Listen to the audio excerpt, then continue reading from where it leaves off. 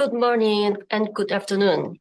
Hello, everyone. Welcome to this promised session, Transforming State and Private Sector Capacity Towards Net Zero. It's a very special occasion because AIIB just launched the new report, Asian Infrastructure Finance Report, which is AIIB's annual flagship report. It gives us a roadmap of the most pressing issues facing infrastructure, from increasing infrastructure investment to global value chain integration. This year's report is the fourth edition, with a focus on state capacity building and strengthening the collaboration between public sector and private sector, which is the key to helping us move forward toward net zero. You may hear the number before. Around $100 trillion investment is needed in 30 years to meet the goal of Paris Agreement. We cannot collect enough money and mobilize money into effective innovation without the close cooperation between the public and private sector. So let's find out why. I'll quickly introduce our four distinguished panelists here. First, Dr. Eric Bergloff, the Chief Economist of AIIB, and Professor Diane Cole, Bennett Institute of Public Policy of University of Cambridge. Mr. Jonathan Cooper, Head of Energy Investment Unit from International Energy Agency. And Mr. Suman Berry, Vice Chairperson of NITI-IO. He will be online later. First, I would like to invite Dr. Eric Bergloff to give us some remarks to this very important report. Then I will invite other panelists to give some comments on the report and on today's topic. I'll open the floor for Q&A after that. If the audience have any questions, please raise your question and put it into the question box on the screen at the red corner. Thanks. Eric, please. Thank you, Li Hui. It's a pleasure for me to have the opportunity to present this report. So the UN Secretary General announced today that we are far behind when it comes to meeting our commitments from Paris. And so the net zero transition is not on track. And even worse, there's a large part of the world, the emerging and developing world, where this is not, this part of the world is falling behind. And this year's Asian Infrastructure Finance Report is about trying to provide a positive vision, offering these countries the opportunity to build their own vision for how they can achieve the net zero transition. Of course, the background is that there are very large fossil fuel footprints in the emerging and developing economies. And of course, we shouldn't expect maybe so much innovation and adoption of green technology, but we will need it. And what we are trying to outline in this report is what we call these moonshots. It's a mission-oriented approach, really based on enhancing state capacity, transforming state institutions, enabling and crowding in the private sector. These may not sound like new things to you, but that's exactly the point, that the net zero transition offers a renewed emphasis on some of the main development challenges that we have in the emerging and developing world. So what are the main components of these net zero moonshots? Well, the first thing is that the state-owned institutions that have such large carbon footprints, they must go from laggards to leaders. They must become leaders when it comes to investing in renewables, in pushing energy efficiency, and be innovators. The private sector has so much to contribute, not only in forms of capital, but in skills, in experience, in the dynamism that we see in the private sector. And we have many examples throughout Asia and the rest of the emerging world. But the condition must be right, and we'll say something about what those conditions are. The third element is the focus has to be on green technology adoption, and that will be the core of the net zero transition. And we need to develop that capacity to adopt new technologies. The green and one driver in this will be a meaningful carbon price. That will be a litmus test on the commitment to net zero. Every country needs to find its own way to build and establish a carbon price. But the carbon price will not be sufficient. We need also emission-driven coordination, and I'll give some elements of that in a minute. And finally, and this is going to be absolutely essential if this will be successful, we must take every effort to make sure that this transition is smooth and fair. And a lot of these changes will be very dramatic in individual institutions. We must reskill people. We must repurpose assets. We must find ways of transferring assets from fossil fuel sector to renewables and do it in a fair way. So let me just take a step back and talk about what is state capacity. Well, state capacity is, of course, the ability to raise taxes, but it's also the ability to provide the possibilities for long-term growth. And the foundation for state capacity comes out of trust in government and also the sense of having a common interest, that people believe that when they give up money to the government, they get something out of it. And this graph here just shows that people are much more willing to pay taxes for addressing environmental pollution if they have confidence in government in general. So again, this is also the foundation for why we need a smooth and fair transition, because we need to keep that trust in government throughout this net zero transition. And of course, there are very important tools of the government. There are the state-owned enterprises, and we have shown in the report, using a lot of new data, that these state-owned enterprises have a very considerable financing capacity. They can raise longer tenures and at lower prices. This capacity must be used to drive the net zero transition. We also have the state-owned financial institutions that have a lot of developmental capacity. You have the commercial banks that are state-owned, but you also have specific state-owned institutions, national development banks, sovereign wealth funds, central banks. They must all come together and help drive the net zero transition. They must take on different projects, and particularly those that require very large investments and longer tenors. And of course, they should partner with the private sector, and that's going to be the theme throughout this presentation.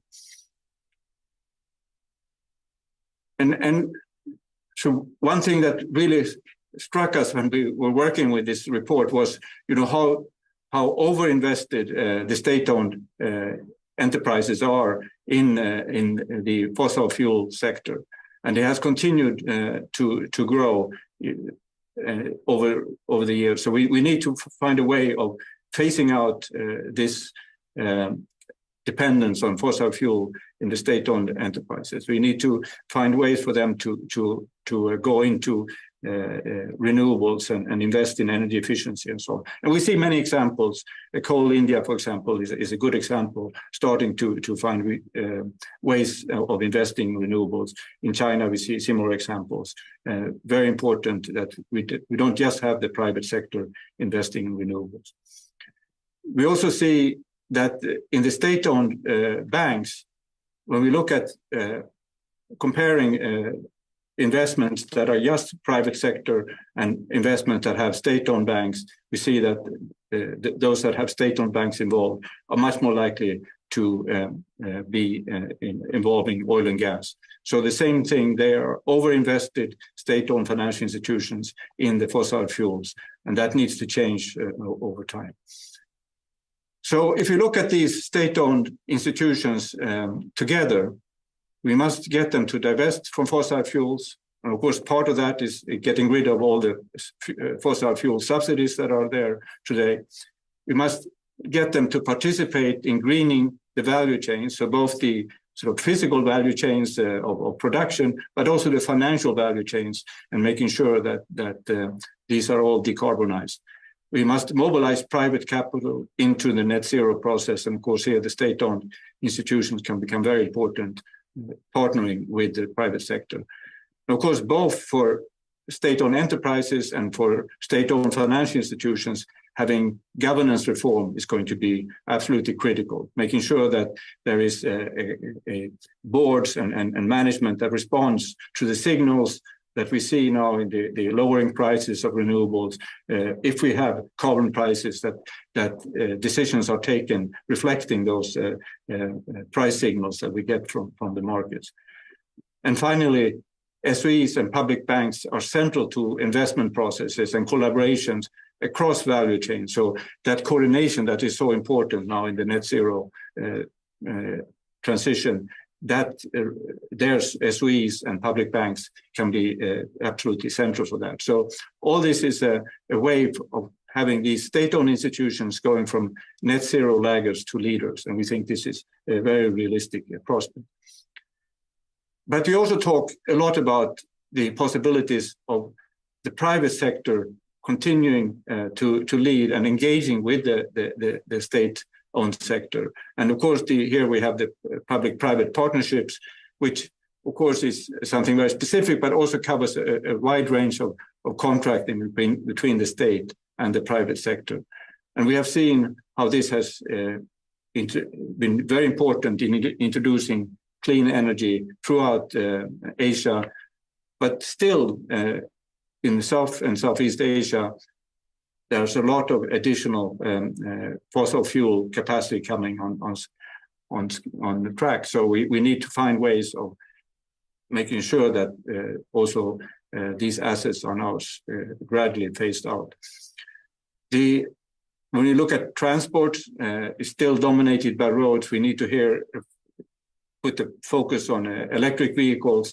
We know that electric vehicles require a lot of coordination. We need charging stations. We need automotive producers we need battery technology. We need regulation. We need also standards and to come together. A lot of work for government and industry partners to come together. Railroads are still, not in many parts of Asia, not sufficiently developed. There's a lot of need for investments there. But for this private sector to really fill its role and be really that positive driver that we need, it is very important that the conditions are right. And we see, and this, I think this graph here illustrates very well what we are talking about. Governance plays an absolutely vital role. So here is when the electricity tariffs are set by the most efficient suppliers, then renewables win out. And so we need to make sure that we have the right regulation. And when we have competitive bidding, adding renewables seem to be much more likely to happen. And also, if we have robust contract management, because often the contracting around renewables is quite complex and can take long time, having robust contract management is very important. So all those elements are important to have in place. And of course, this is all about the state capacity. We must put that in place to make sure that the private sector fills the role it can fill. I said that green innovation will be central to the net zero transition overall. But when we look at what's happening in the emerging world, of course, there is not much genuine innovation or green innovation. And what's happening is happening mostly in the private sector. But we shouldn't really expect the emerging world to be driver here. Really, what the emerging world will do, in the beginning at least, will be to make sure that it adopts green technologies from the rest of the world. And that's what the focus has to be. That's their comparative advantage. And so doing that will require, a mix of policies, But what's absolutely critical is carbon pricing. Carbon pricing gives incentives to new green technologies. Carbon pricing also, of course, gives incentives to users of energy to become more efficient and invest in the right technologies. So carbon pricing will be a litmus test for whether these economies will be serious about going towards net zero. And of course, what's also critical is that these technologies will actually be available to emerging and developing economies. We must prevent any restrictions in the transfer of these technologies, and that will be critical also for the net zero transition. So coming back to state capacity, and state capacity involves many different elements, and this slide is full of text, but I wanted to point out three kind of elements that are important. It's about credibility, it's about coordination, it's about expertise. The credibility is about committing to enacting emissions pricing and reducing fossil fuel subsidies. Coordination, having a dedicated institution that can coordinate within the government, making sure that all these different parts, I mentioned electric vehicles, all these different parts need to be coordinated. It's about expertise, making sure that you have maybe a dedicated institution that take a look at the policies that are being implemented are consistent with the net zero. Many governments around the world have established those kind of dedicated institutions, climate councils and so on. That will be a very important element, I think, of state capacity going forward. So in the report, we go through 3 countries, and I won't be able to do justice to those case studies. They bring together the different components just to show how they can be brought together. But let me give a little bit of a flavor of what is in the different parts. So starting with India, and of course India is as we always know when we look at India, it covers many different. It's a very rich object to study, and the role of the state and the private sector varies a lot across different parts of India, different sectors and so on. But as you know, India made a very strong commitment in Glasgow last year to reach net zero by 2070. And of course, it faces a lot of challenges to really reduce its fossil fuel intensity. And that fossil fuel intensity varies a lot, we show in the report, across different sectors and across different states. So there's a lot of opportunities to learn across sectors, across states in India. And that, I think, can be a very important source of progress in India. What's also very striking, and others have noted this, but it is very striking how the private sector has dominated renewables completely. But it also created a kind of artificial distinction where the kind of state represents the fossil fuels and the private sector renewables. That's not a healthy long-term situation. So it's very encouraging that now some of the state-owned institutions are also moving into renewables. And of course, that should happen in a way so that it doesn't damage what the private sector is doing, but supports what the private sector is doing. Low carbon transport is still very nascent in India. EVs are growing quickly, but it's from a very low level. So that's an area that we think should be giving much more priority. Green finance in general is at the nation state as well. There's still modest credit to renewables compared to carbon, to fossil fuels. State-owned banks are actually quite important lenders to renewables, but private banks are getting increasingly involved. FDI inflows are into the non-conventional energy sector has increased, but they're still very small. Green bonds are emerging as important instruments to mobilize climate finance. We also looked at Indonesia, and of course Indonesia has gone through a number of different sort of experiments, and they have finally tried to put together S3 under state holding companies, and that has been a way to make these SOEs more efficient, and that there's now that the private sector has become more profitable and creating more efficient investment.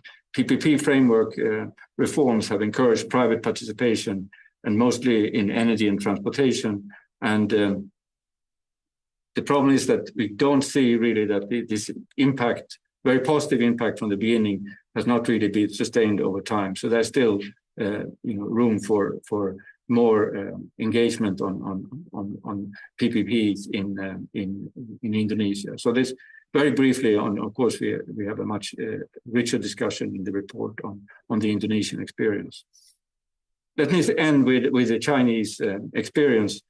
So China, of course, has used SOEs, and SOEs are very much core in China's development. Of course, the private sector has been also very important, but SOEs has played a central role. And of course, the governance reforms of SOEs have also been important for the green transition. So while the sort of privatization efforts early on, they helped to improve efficiency of state-owned enterprise. So the competition and improved efficiency.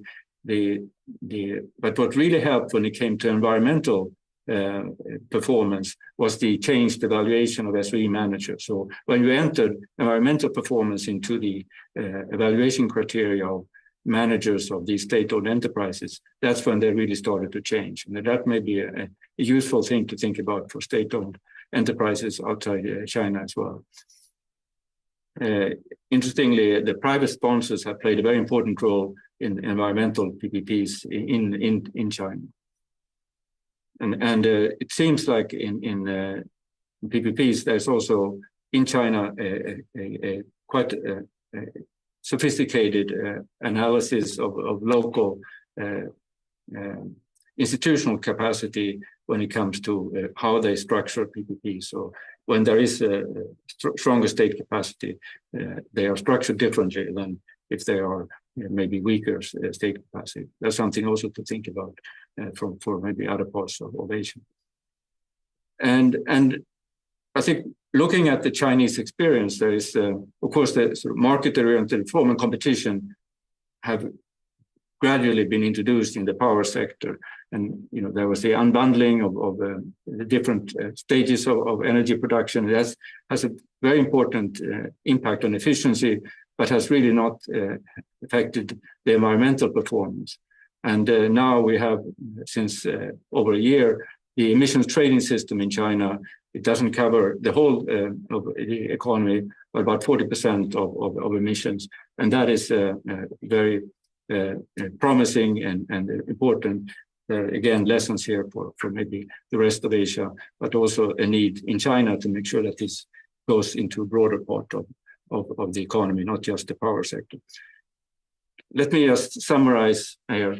So these moonshots for the emerging world, they are at the core mission-driven policy frameworks, and they must coordinate across the economy. They're fundamentally about building state capacity and reforming these SOEs and state-owned financial institutions to help lead the transition to net zero.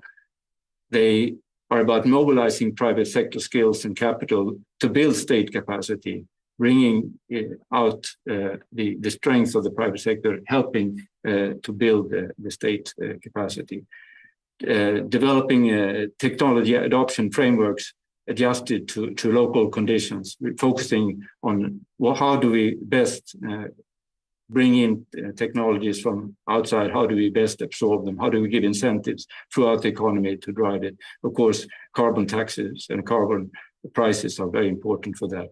And of course, ensuring that this transition is smooth and fair, otherwise it might be reversed, and we need to keep an eye on that all along.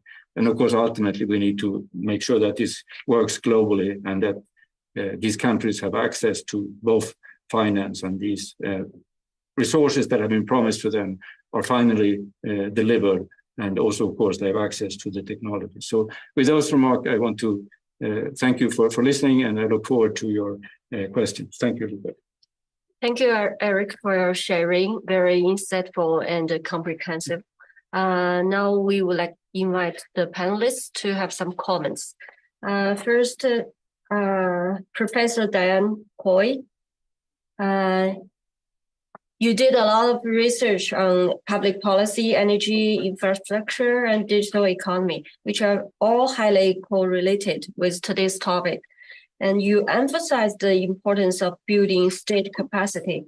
Could you please give some comments first? Thank you for the introduction, and thank you also for the invitation to take part in this important event. It's morning here in the UK, so I will say good morning to everybody who's taking part.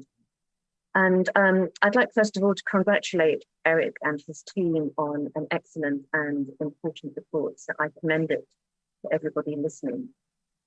I'll make a few remarks that do not overlap too much with what Eric has just said. And I think the key point is that the commitments made by different countries to reaching net zero targets are incredibly welcome and timely. I think many countries are already experiencing some of the consequences of climate change, which underline the urgency of taking action. And the point about the targets is that it's global emissions that need to get to net zero or below. As a planet, we need to be removing at least as much carbon as we're adding to the atmosphere. And this means that all countries need to take action.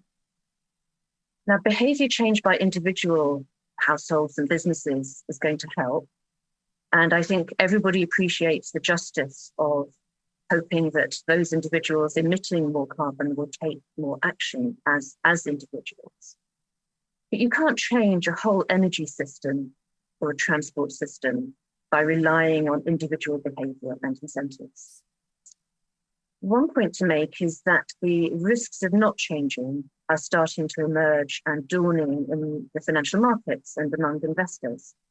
A colleague of mine, Matthew Agrawala, and his co-authors have been looking at how credit ratings for sovereigns or companies need to change if they are going to truly reflect climate risk. That hasn't been priced in so far. That's starting to happen. And it underlines the costs of not changing. And that's the negative side of the story, the increased risks that the private sector and all of us are facing with actions and taking on climate change. But there's also a huge opportunity for lower cost energy. Recent work published by Professor Don Farmer and his co-authors underlined the importance of economies of scale and learning by doing in changing the costs, reducing the costs of these energy transitions, whether it's in energy systems themselves or in transport. And the government plays a really important role in trying to crystallize and bring about these trillions of dollars worth of reduced cost. So there are a number of things that governments can do to help bring this about. One of them is by setting standards and regulations. And there's a really interesting analogy here with the transition to mobile communication systems in emerging economies. When the GSM standard was set and started to be taken up worldwide in the late 90s, early 2000s, that created a global market for network equipment and handsets on the same set of standards, and it reduced costs incredibly quickly. And I don't recall anybody complaining about the cost of investment in new equipment. It was seen as an investment opportunity. And that's the same here. It's an opportunity that will bring potentially high rewards, both for the individual investors, the private sector, for state investors, and for society as a whole. So government coordination is needed to set those kinds of standards. And the coordination point, I think, is a very important one. For a system change, you need to have all of the actors in the system aligned with each other. Only governments can overcome incumbent interests, and these are very important in some countries.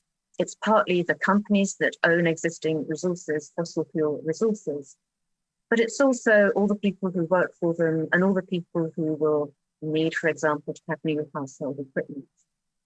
The importance of fairness and justice in that transition is fundamental to achieving the change that I think we would all want to see.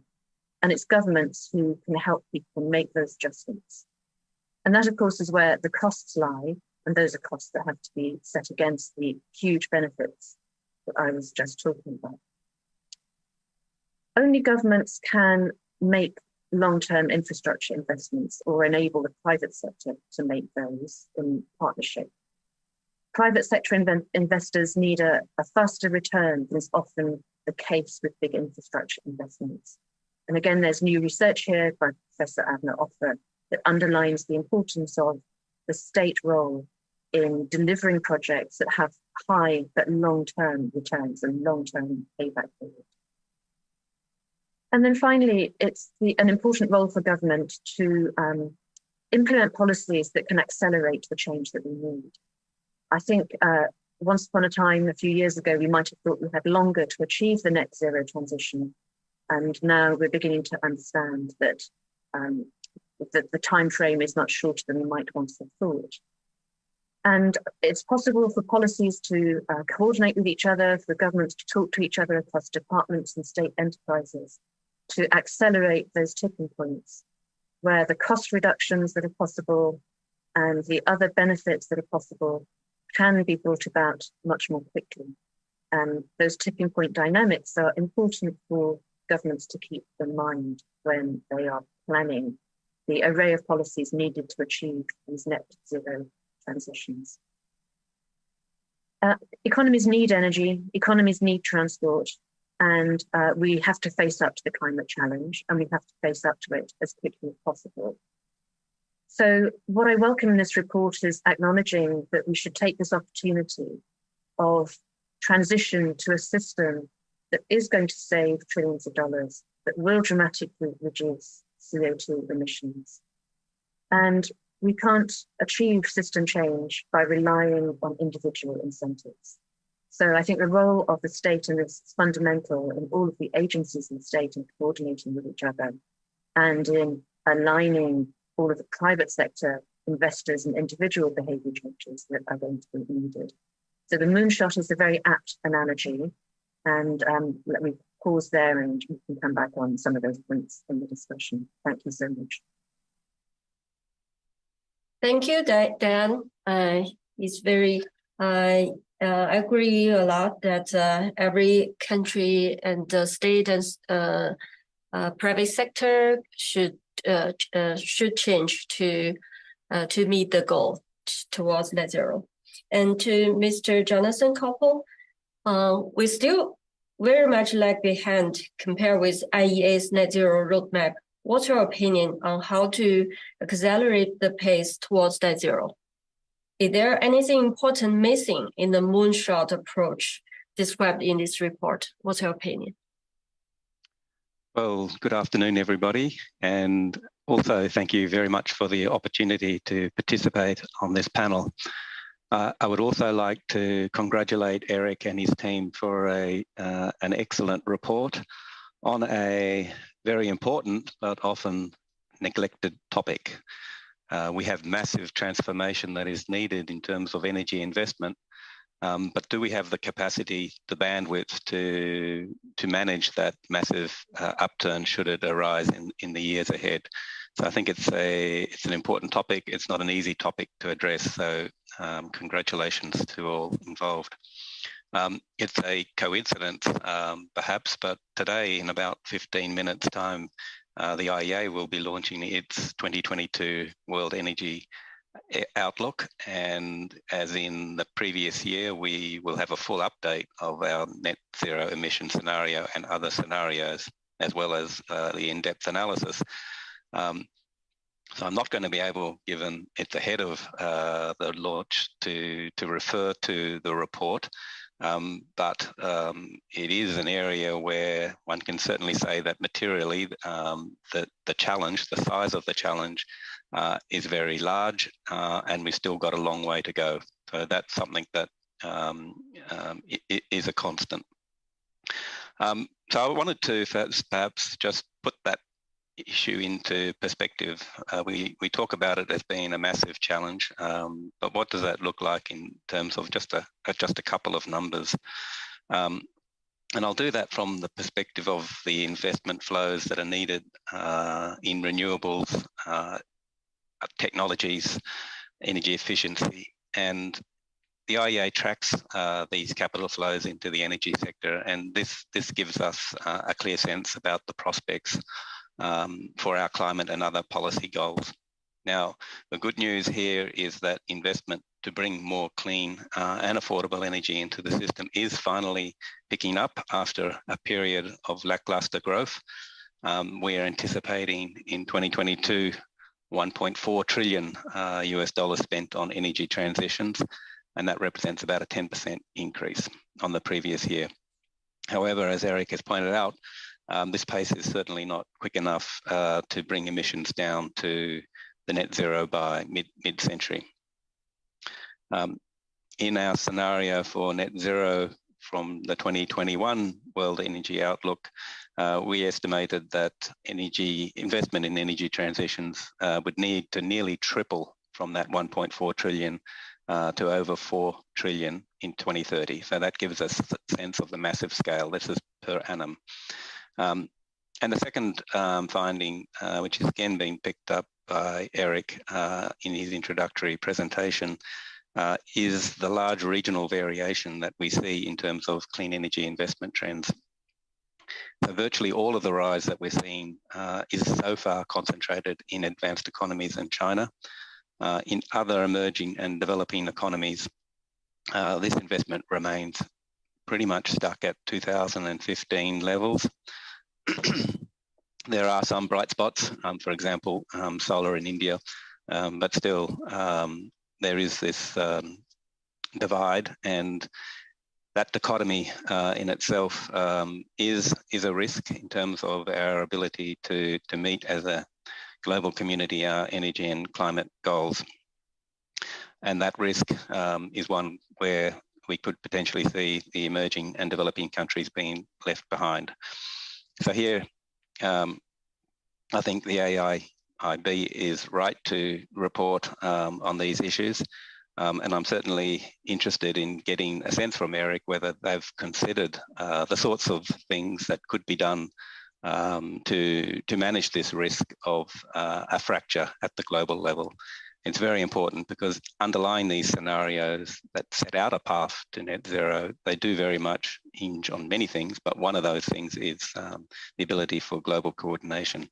So that's a question that I'd put to the broader group, but also interested in hearing whether that is something that has been considered more fully in the report.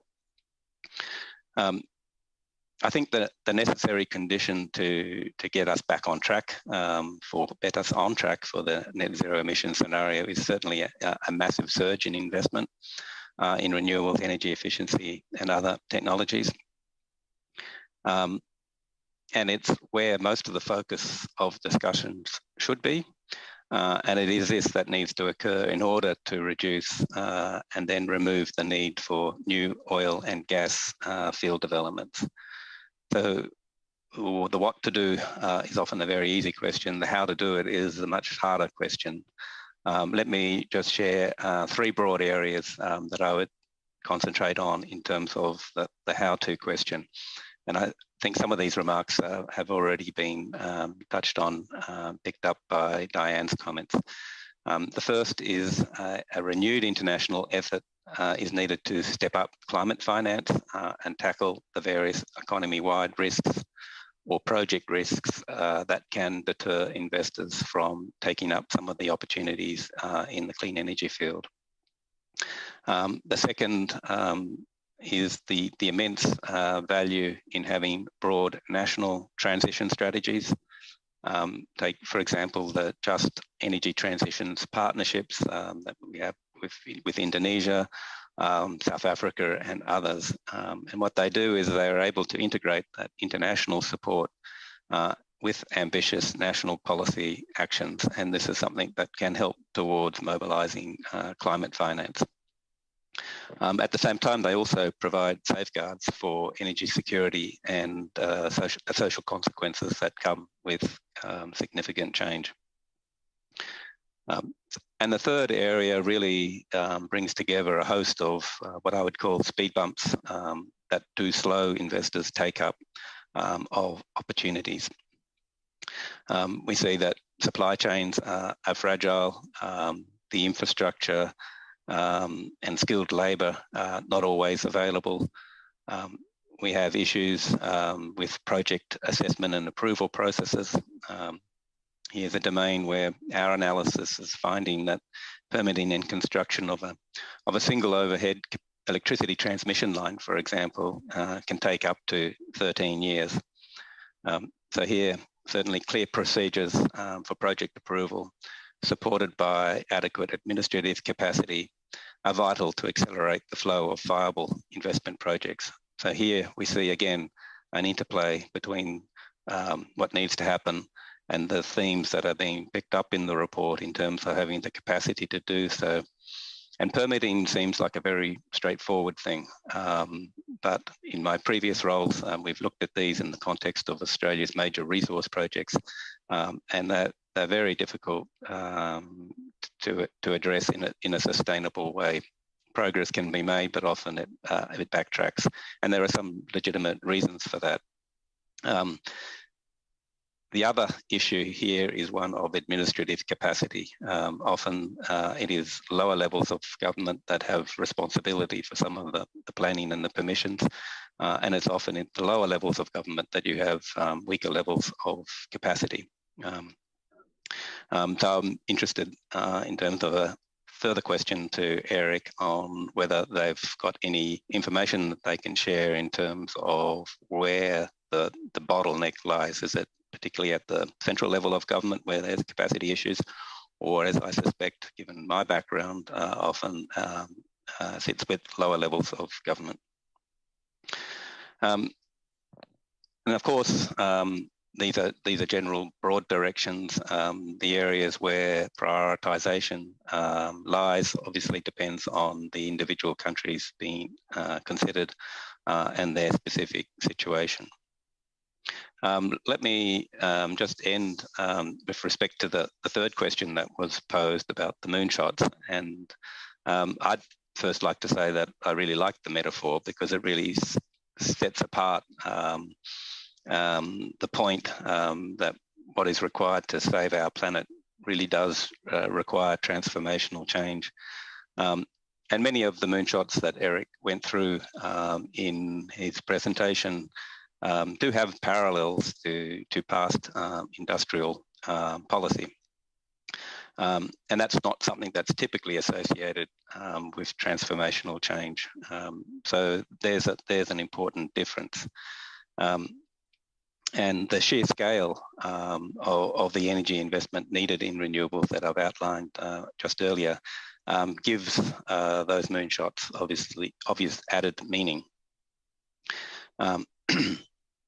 One instance of that, for example, is the massive increase in energy investments that are needed to support the transition. Also means that there are opportunities in terms of the expansion of industries, producing renewable technologies, for example, or it may be some of the key inputs that go into renewable technologies. It might be rare earth metals, for example. So there are also new opportunities, and those who are best able to exploit them stand to reap big gains. So I think in setting out a path, an optimistic path on how to get there, it's a welcome part of the report to illustrate how this is possible and to also illustrate some of the opportunities.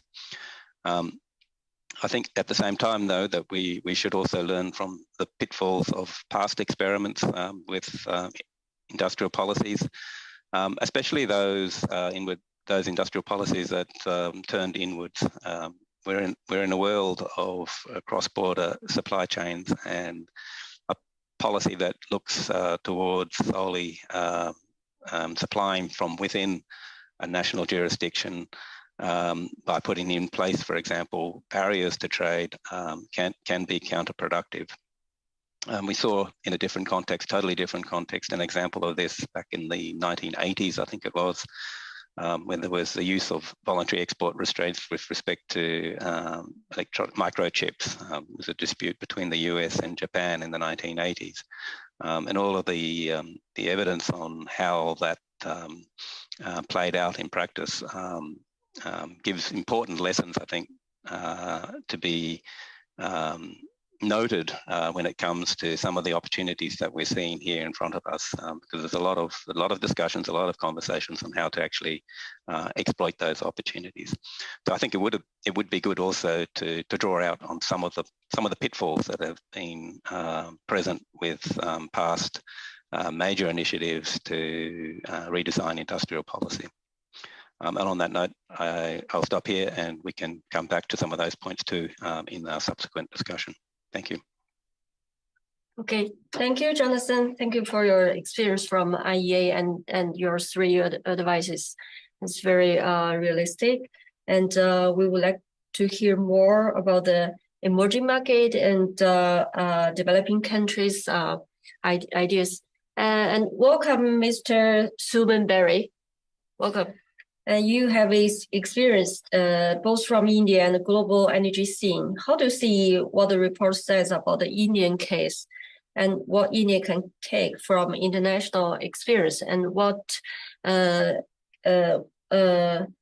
emerging market and developing countries can take from to achieve the goal? Okay, can I just recheck what the time is that that you'd like me to speak? A lot of important points have been made by my predecessors. Is it 5 minutes or 7 minutes? How long? Speak in 7 minutes. Okay, so do please let me know if I'm going over time. Okay, well, you know, the focus of the report is on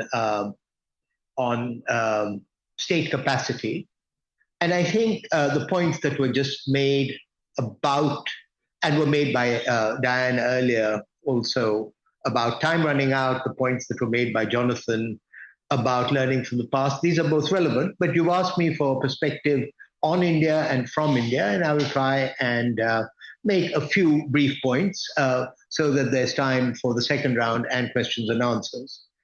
So on the point that, 2 initial framing points, perhaps 3, which is that, you know, we could have hoped for moonshots from the advanced countries a lot earlier, but for whatever reason, it didn't happen. We know that Kyoto was, you know, was abandoned really by the rich countries. We know that there has been substantial use of carbon space since Copenhagen. So I think there's a basic question of whether moonshots should be asked and are being asked of emerging markets, largely because of delayed action by the rich countries. The second point, and I'll come to the issue of state capacity, is, you know, the risks of being too bullish on state-led action. I'm old enough to remember when, you know, in the 1950s, everybody said that atomic energy meant that energy would be abundant and free because this was a limitless resource. And I have to say that, you know, we, to some extent, know how that movie ended and why it ended. It was partly expense, partly, you know, not in my backyard, maybe nuclear is having a repeat. My point is that poorer countries, which have to worry more about, just keep an eye on point, worry more about the risks of failure, I think need to be a bit more circumspect and cautious, quite apart from needing the financial support to solve a global economic problem. And we know that financial support that has been, as it has been promised, has not yet been forthcoming. But we are, having said all that, let me stress points that the report makes, which is that India, both at the Paris COP and again at Glasgow, made commitments. It has fulfilled those commitments. It signed up after a lot of internal debate to a net zero target for 2070. And so the issue is not one of commitment. It's a question of fairness, realism, and priorities. And I'll just make a few points on each of those. First, I think much of the discussion in the development community is moving away from a single-minded focus on mitigation to an acknowledgement that basically, call it a just transition, call it loss or damage, that is essentially decarbonization strategies have to be embedded in a promise of economic development. And the issue is there risk, is there cost to doing that upfront, or should we wait and see on the basis of the experience of others? I think that remains an important issue, and certainly, India in its official projections expects to continue to use coal in various ways, I believe, till the 2050s. So what I'm saying is that there is a doctrine of common but differentiated responsibilities, and I think the world community accepts that. Second, when we talk of a moonshot and the role of state capacity, I think Diane has given us a very cogent catalogue of things which the private sector can be expected to achieve by itself, and things where government is needed. And I accept that. And I think the fact that we are where we are in fulfilling our Paris commitments is an indication of intelligent government policy. I would just make the point, and this to some extent refers to the PPP point in the report, that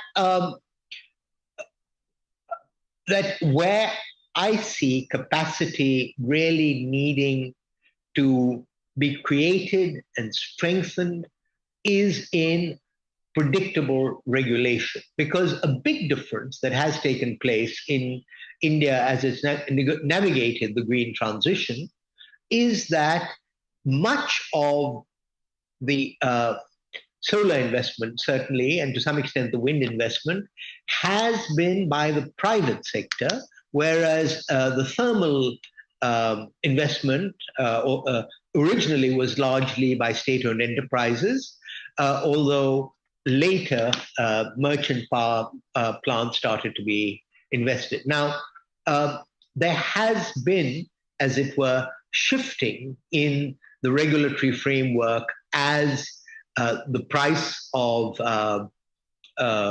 renewable power has gone down, and so power purchase agreements previously agreed to were seen to be expensive. So I think that for me, of the capacity building, if you want to call it, the political economy is on the regulatory side. And I remember a very interesting discussion I once heard from Frank Wolak at Stanford University, who said, look, the US regulatory stability, or the regulatory expectations, were forged after over 40 years of jurisprudence being fought tooth and nail. So, I think that if a government wishes a moonshot, that it can create an enabling environment is somewhat unrealistic. My final point would be that in contrast to other areas where we've been successful, for example, the payment system, I could argue that what India has done on unique identity, what India has done on what we call the unified payments interface to generalize financial access, these are very successful moonshots by anybody's standards. So it's not that the Indian is incapable of it. It is that the energy transition, A, touches every household, and B, has to take account of, as it were, very different state level capacities. In India, energy is a state subject.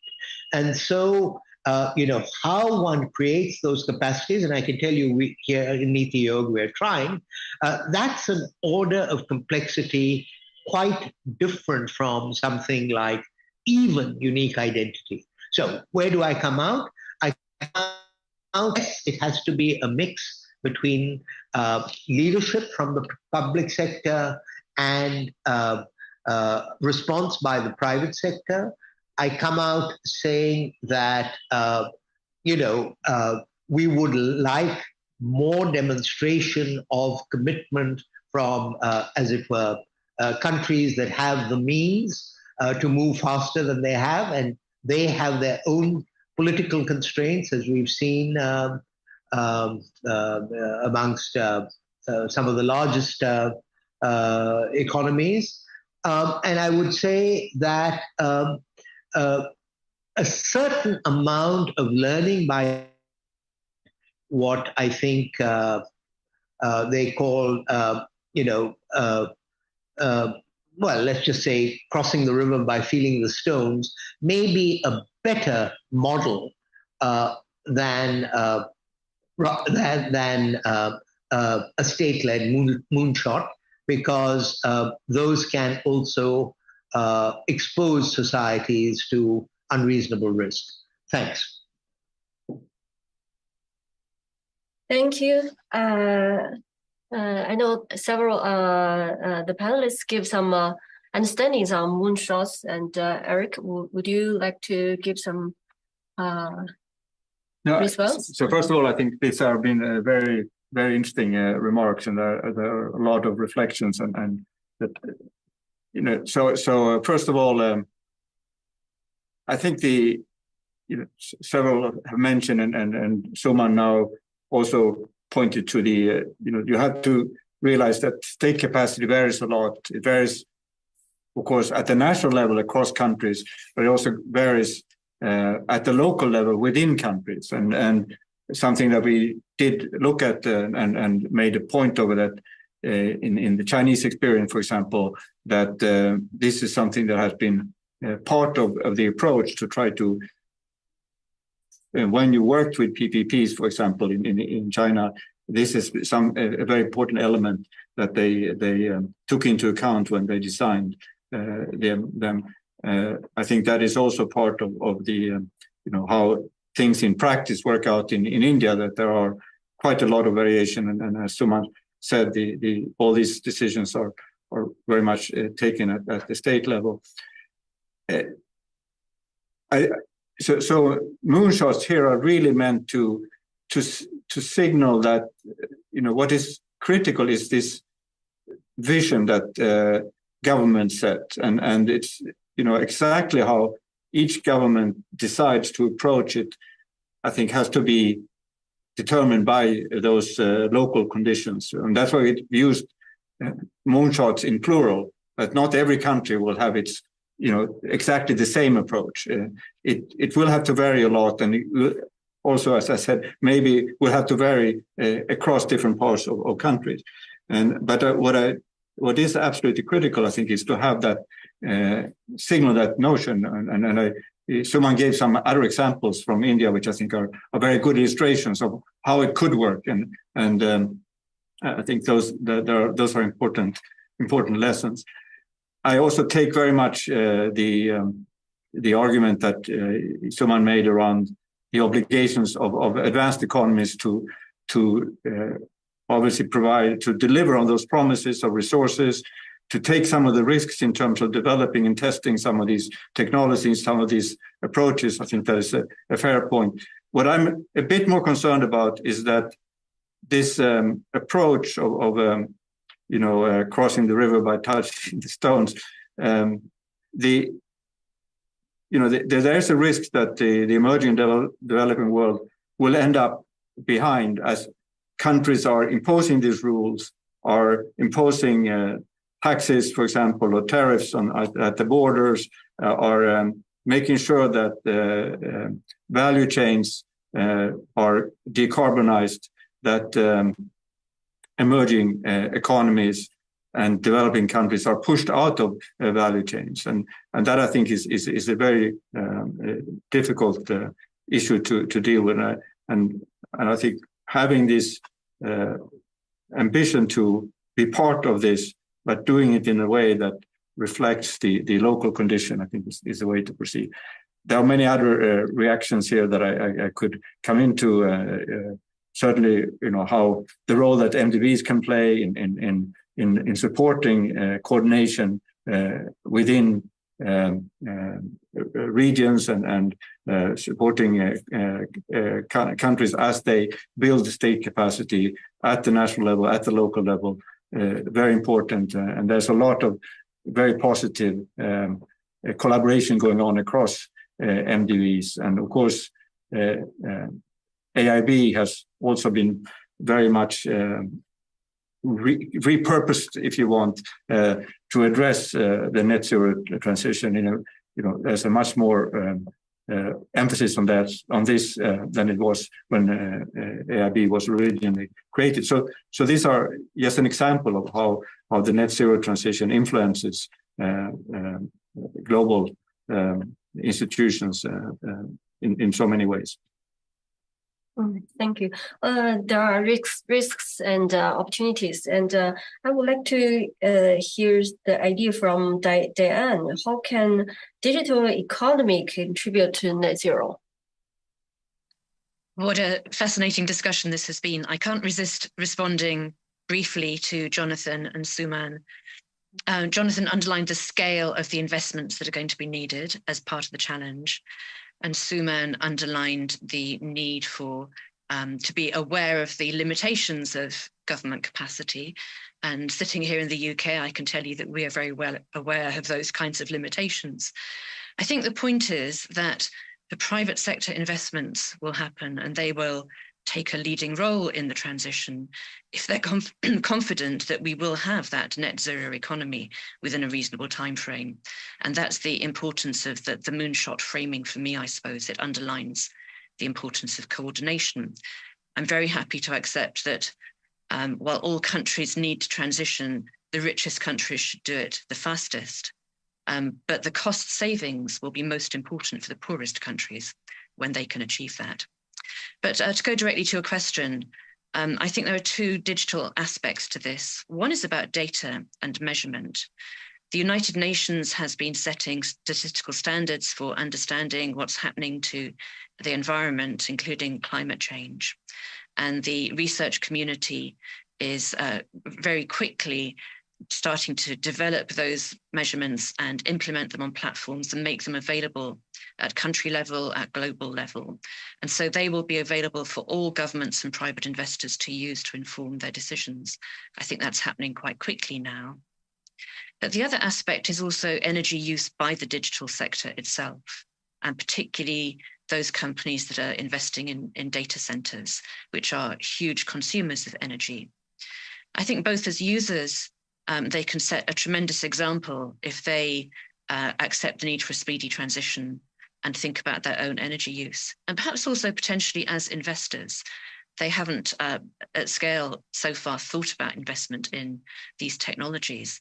But the possibilities of AI for doing so and the savings they would make themselves in doing so are tremendous. So I would look to the digital sector for real private sector leadership in this territory.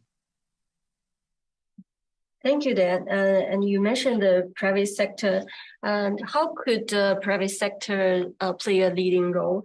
And how private sector can build a healthy relationship with the government? Mr. Jonathan, would you like to say something about it? Certainly. I think, first of all, there are certain sort of basic preconditions that need to be met. And here I would have in mind the need for consultation and channels of access to government. This is important in terms of being able to engage with potential changes to regulatory environments, for example, to be able to give their perspective on how possible change could play out, what impacts it may have in terms of the risk profile of projects. It's not to say that they will determine policy, but they have a voice, and that's equally important for the broader community as well. Where I think it gets a bit more tricky is that sort of engagement is relatively straightforward to conduct among large corporations. When it comes to the small and medium-sized enterprises, which are far more numerous, it's a trickier area to navigate because of capacity issues again, but also just in terms of other constraints on small and medium-sized enterprises. And the second point I come back to, it's been made several times, is that it is critical that the government take the lead, and that the overarching framework in which the policy goal and the strategy for achieving the policy goals with respect to climate change and reducing climate risks is clearly articulated. I think there are also issues of fiscal capacity. Barry mentioned that India is a federated country. There are many other federated countries, and often one of the characteristics in a federation is that there's a vertical fiscal imbalance between the central level of government and the lower level of government, with more taxing power at the central level than at the lower level. Yet at the same time, the responsibilities on the lower level of government in terms of the provision of services and things like infrastructure are often at this level of government. And so there can be more severe fiscal constraints in terms of being able to facilitate and mobilise or leverage private investment in essential infrastructure associated with the reduction of, needed for the reduction of emissions. And I guess the final point I would make is a way that I like to think about how private sector and government can cooperate is in terms of the risk profile, both real risks and perceived risks with projects. We know that the cost of capital in emerging and developing economies can be 2 to 3 times higher than it is in advanced economies. And this can then obviously then act as a brake on the take-up of investment opportunities, because there's a higher hurdle that needs to be passed. So here I think it is important to work together on how risks are allocated, who owns the risks, and can projects be de-risked. There are certain sort of framework conditions that mentioned by Barry. Was the predictability of regulatory policy is certainly very important. Flipping and changing the way in which electricity markets are regulated, for example, can be something that creates a lot of uncertainty, and investors tend to shun such uncertainty and will hold back. So working on de-risking of projects can be done in several ways. I think we've already heard a lot about public-private partnerships. Some of those are quite bread and butter for road projects. Hospitals and schools are very straightforward. When it comes to some of the large infrastructure with large upfront costs, long lives, public-private partnerships can be difficult to design in a way, the contracts in particular, to ensure that the risks are well owned and well allocated to those who have got the best ability to manage those risks. And I guess the final point I would make here is the role of blended finance. Here, there are huge opportunities to associate finance with changes that provide a more stable investment climate or a better investment climate. A lot of opportunity so far, a lot of talk about blended finance, but there are still fairly limited magnitudes of true blended finance in play, particularly in emerging market economies. So I think these are some of the areas that need to be focused on. Big challenge. Thank you. Mm-hmm. Thank you.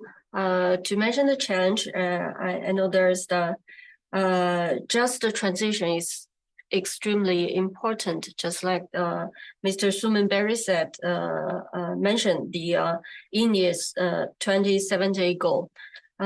So what do you see what's your opinion about the just transition? And do you have any suggestions on the state and private collaboration? Thanks, Louis. Well, firstly, there was reference to the South Africa initiative that took place at Glasgow. I think it's a matter of public record now that at the G7 meeting that took place in Germany earlier this year, India agreed to cooperate with the G7 countries on a just transition package, which would be a package, but it's essentially, in a sense, finance to help ease the transition, particularly away from thermal. I think that the review of the documentation is taking place within government. I don't know whether anything will be out before Sharm el-Sheikh. So that is, as it were, now the bureaucratic definition of just transition. I think there is also what I talked about earlier, which is transition is necessarily the way I would put it. It is to make sure that compared to, if you like, a fossil-based trajectory for the elimination of energy poverty, that, as it were, you don't lose ground and you ideally gain ground in the switch from fossil energy to renewable energy, i.e. that that decarbonization is not on the backs of the energy access at present. So that, to me, is the domestic concept of just transition, which is as important as the global concept that is reflected in the South Africa package and maybe the India package. Since this is a discussion that's being hosted by AIIB, and since AIIB and the World Bank, are institutions that operate at the state level, let me just say that the report that came out initiated by the Italian presidency and released during the Indonesian presidency of the G20 on rethinking, as it were, the deployment the deployment of capital by the MDBs. I do think that the MDBs have a potentially a very important role to play in hand-holding and making a subnational assessment of, as it were, a just transition state by state, more than perhaps, even an agency like Niti Aayog, because if one could come up with a template of, again, I don't like the concept green transition, of a state development strategy with avoided carbon. That is something under sector work and under lending that MDBs are in a position to do. I think we're more or less all out of time, but those would be a couple of my responses, Li Hui. Thank you, Suman. I just want to remind our audience, if you have any questions for all the panelists, you can read your question, submit it to the right corner, the question box. And I have one question for Eric first. And you mentioned a lot about SOE's role. There are still some concerns that SOEs will crowd out private investment. How should we position SOEs? Do you have any recommendations on which industry or which part of industries SOEs should enter into or stay far away from? Yeah, so I think it has been touched on, of course, in the discussion also that what's important is that there is a common framework, that there's clear regulations and that we have certain conditions in place, that the most efficient producers, that we have a sound procurement, that we have a contract management frameworks, all those things need to be in place. But yes, we do worry, of course, about sometimes SOEs or maybe often that SOEs can crowd out the private sector. But in this area, I have less of those concerns. I think the gap is so large, the challenge so large, that we need both the state-owned enterprises and the private sector. And actually, I think the message in this report, we need much more of partnership. We need more of PPPs. We need to think about how to use the private sector to make SOEs performing better and use them to reform the state capacity, improve state capacity. So for me, this is not the main concern here, that the crowding out. But of course, there's something one should be aware of always, but for this area, probably less so. Mm-hmm. Mm-hmm. Thanks. And I have another question for the panelists. Could you briefly summarize the key bottlenecks of state-private collaboration? And could you give some suggestions on positive ways of to come over them? Diane? Okay. Sorry, can I respond to that? Sure, please. Okay. Sorry, Diane, I didn't mean to. No, this partly sort of builds on Eric's response to the earlier question. Look, at least each country, has its own style and media and all of that. Two realities about SOEs in the Indian context. First, I would say private entities are under much more scrutiny from shareholders, stakeholders, civil society than state organs. So if you actually, want any of appropriate behavior, it's better for things to be taking place in the private sector. And we saw this very much when we went from having thermal plants almost entirely in the public sector to having merchant plants. The kind of scrutiny that the merchant plants were subjected to in the private sector was a whole degree higher than in the public. And there's a lot.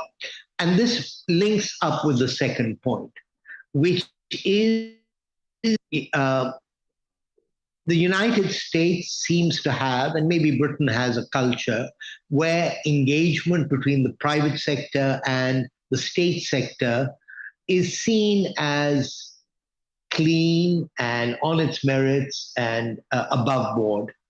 But there is a great deal of aversion by public entities to be seen to, they have to, but to be seen to engage with, large private sector entities. There's always the concern about payoffs and risks and, sweetheart deals. So it's not easy. I just wanted to make that point.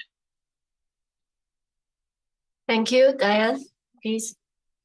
Yes, I do agree with that point. I think the key bottleneck in a way is needing to have mutual understanding between the private and the public sectors. I'm sure all realise that there's a common interest and a common challenge, but the public sector needs to understand the private sector's need for sufficient certainty and de-risking if we're relying on them for risky investments at very large scale, and that isn't always understood. And on the other side, the private sector needs to understand that the task of the public sector is actually harder than theirs. Public sector needs to balance competing interests, and it's very hard. And the challenges that they face are more complex. It's not just, can I get a return on the investment? It's much harder than a simple investment appraisal. And that's not always understood as well. So in a way, the dialogue between the sectors, given the suspicions that do exist, is very important. And I think I'd pick that as my key bottleneck. Thank you, Jonathan. I agree with all that's been said. I would come back to the administrative and the corporate capacity for this particular question. And again, I note it's a core issue of the report. So congratulations on being able to pinpoint some of the key constraints. Again, it's often the how that's more difficult. How do you improve institutional structures to support better public administration? And that in itself is a really vast literature, but I think there are some things that work towards that we've learnt over the years. They include having a professional civil service, competitive pay structures, whistleblower provisions to call out improper conduct can be important when those sorts of instances arise. Having ongoing professional development and also establishing a culture of transparency. And in some roles, it can be important to embed independence in institutional arrangements associated with particular roles. Obviously, we see this playing out in the judicial system, but there's also a role when it comes to those that are advising government, not making policy, but advising government and seeking out the best advice to give to government. Then I think there are also other factors. Culture can play a big part in administrative and the capacity of administrations and regulatory agencies. These are things that are ones that evolve over time, and they're often very hard to influence without sort of quite radical measures. So again, don't underestimate the scale of the challenge that's associated with achieving some of these improvements in institutional capacity. Thank you. Thank you. Time is limited. I received several questions from the audience, and I just pick one for Eric to have a quick answer. What key strategies in terms of addressing climate changes that AIIB takes differently comparing with other MDBs? Well, first of all, I think we have made a very strong commitment that 50% of our financing should be climate related, and here we follow the common framework that's been developed together with the MDBs, and of course we work a lot with other MDBs on this, and I would say that our commitment is we are maybe the highest level of commitment, and but we are very much want to work with the rest of the MDB community following the same approaches. What we have an advantage, we can work both with the state and with the private sector, and often maybe even within almost the same projects. We have everything under one roof. That makes it also that. And I think something that we wanted to signal with this report, or we want to push the discussion also within the organization about some of the issues that have been brought up here. We need to think about state capacity as a form of infrastructure. We need to there's always a component of state capacity when we are building a road or when we're building a bridge or so. But we need to think more broadly about how can we strengthen state capacity when we make infrastructure investments. And also we need to think about how we can be part of creating policy certainty. It's come up kind of again in this conversation. This vision that we set, these direction of travel that's so critical for the private sector to be able to commit and invest. And can we be part of this? Can we be part promoting also collaboration across countries? I think that those are some of the things that are very important to AIIB. Mm-hmm. Okay, thank you. I think it also summarizes the discussion. And time is limited. Thank you so much. And we need to act together to reach the goal of net zero. Thank you for all your participation. See you next time. Thank you. Thank you.